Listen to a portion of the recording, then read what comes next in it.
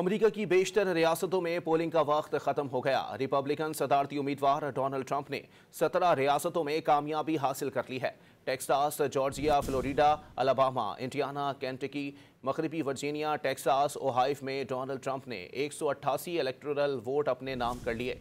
Democratic सदारती उम्मीदवार Kamala Harris ने 13 रियासतों में कामयाबी समेटी।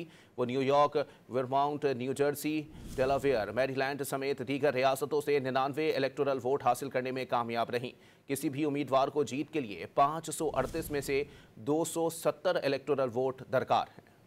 अमेरिका की बेशतर रियासतों में पोलिंग का वक्त खत्म हो गया। रिपब्लिकन सदारती उम्मीदवार डोनाल्ड ट्रंप ने 17 रियासतों में कामयाबी हासिल कर ली है। Texas, Georgia, Florida, Alabama, Indiana, Kentucky, मगरबी वर्जीनिया, टेक्सास, ओहायो में डोनाल्ड ट्रंप ने 188 इलेक्टोरल वोट अपने नाम कर लिए।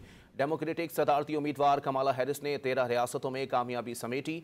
वो New York, Vermont, New Jersey, Delaware, Maryland समेत दीगर रियासतों से 99 इलेक्टोरल वोट हासिल करने में कामयाब रहीं।